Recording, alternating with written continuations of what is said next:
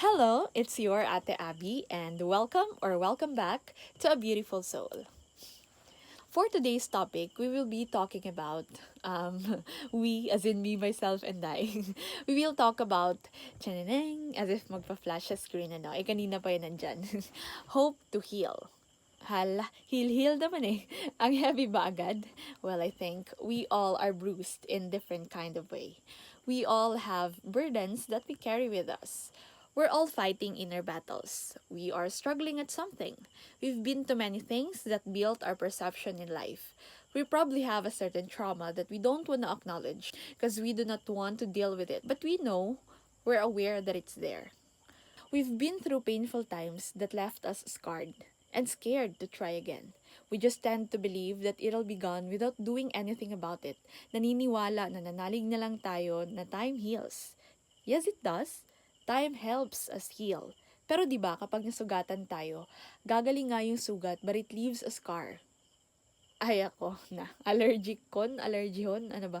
Ay hindi, sasabihin pang mayaman kapag ganyan eh. So, katulon, kagiron ko tong bata. Hasta karon damo lamok daw sapat-sapat sa amon. And the scars, oh, the scars, they're a lot. Wa na kaya Cebu de Macho oy. Murag ni surrender na lang siguro akong mama, pati ako sa una ni anak na lang ko. Hi sos, bahala na ng mga piklat na, wa panaayo ang isa, nalapoy isa. Ala porket hilhil ang topic, nabot na ako sa akong pagkapiklaton. No, sorry. What I mean is that those scars, physical or emotional scar, ayaw natin yon. Kasi bago yung naging scar, sugat mo na yan eh. And it could be painful. We wanna hide it, cover it. It makes us uncomfortable for a time. May mga iiwasan ka kasi ayaw mong magalaw or matouch yung part na may sugat kasi masakit. Alam mong masasaktan ka. Tapos kapag gumaling na yung sugat, oo, mawawala yung sakit. Pero mag-iiwan yun ng marka. Kaya hindi ganon kadaling kalimutan yung rason kung bakit ka nasugatan, kung bakit ka nasaktan ng ganon, at yung mga pinagdaanan mo habang naghihil yung sugat. Kaya those unwanted, unwelcome scars that we got, just as a physical scar is embedded to the skin, they stay on us.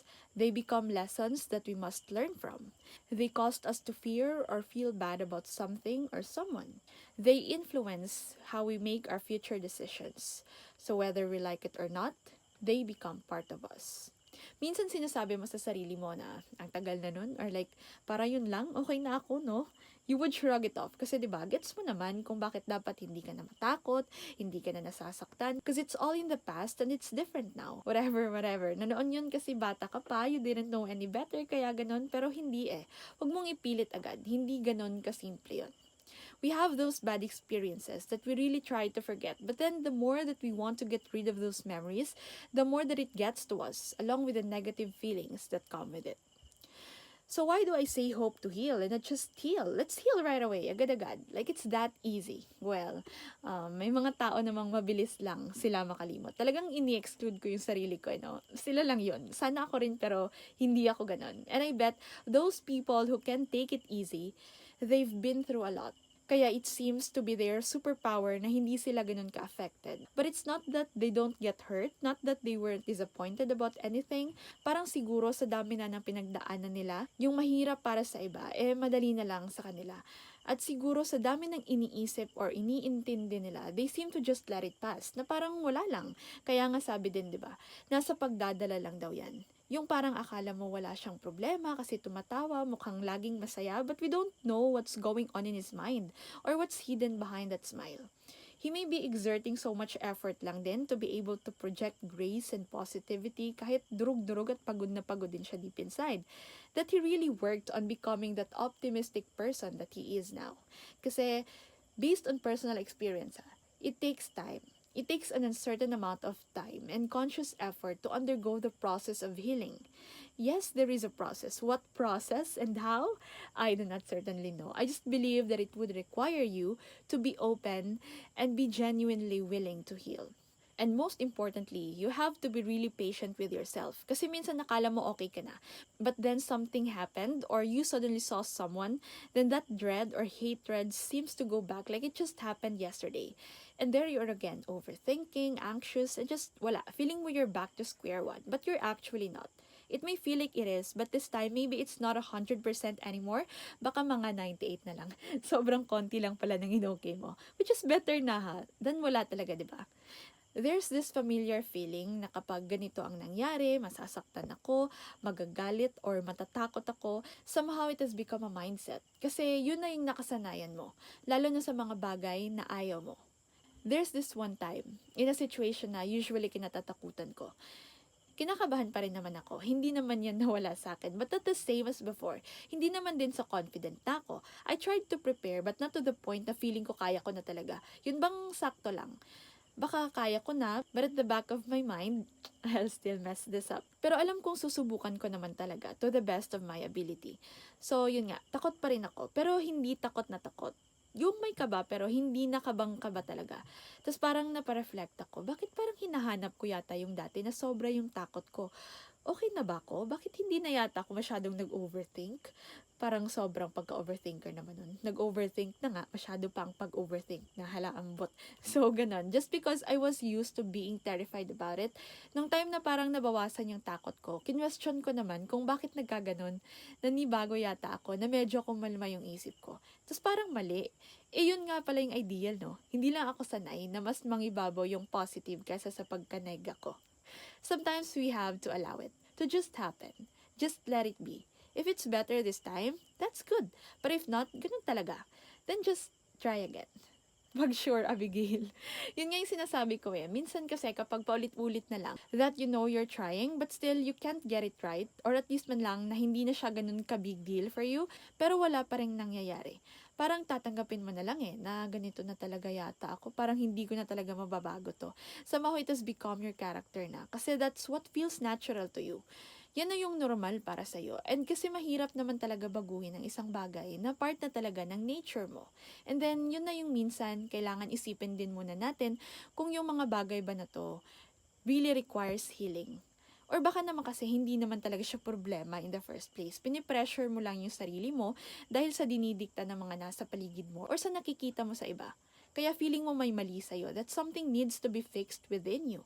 That's why for me, it's essential to really know yourself. To understand why you feel that way. Para alam mo at matutunan mo kung paano ma-reinforce yung mga bagay that hurt you, that cause your anxiety. And again, it is a process ha. You have to try again and again. Paulit-ulit talaga until one day hindi mo na napapansin but you got over it na pala. May it be getting over the problem and the pain or getting over the guilt and being pressured to be like anybody else because you decided to embrace your imperfections, to accept your flaws. For that's what makes you, you. What I really want to convey in here is that healing is an indefinite process. It is not something that happens instantly. At bilang iba-iba tayo ng pinagdadaanan, kanya-kanya din tayo ng pamamaraan. What works for me may not work for you. What's easy for you may be hard for me. Healing is a personal journey. You have to decide when to start yours. And it would greatly help if we look forward to it. Manifest it. Work on it. Pray for it. Why? Because you deserve it. We all deserve to be healed. Healing is letting go. But before you're able to let go, you have to get through it. Don't fight it because you can't, or else it'll just get worse. Feel it. Be in it. Iiyak mo. Maglupasay ka kung kinakailangan. Let it out so you could let it go. Let go of the pain, of the fear, or even anger.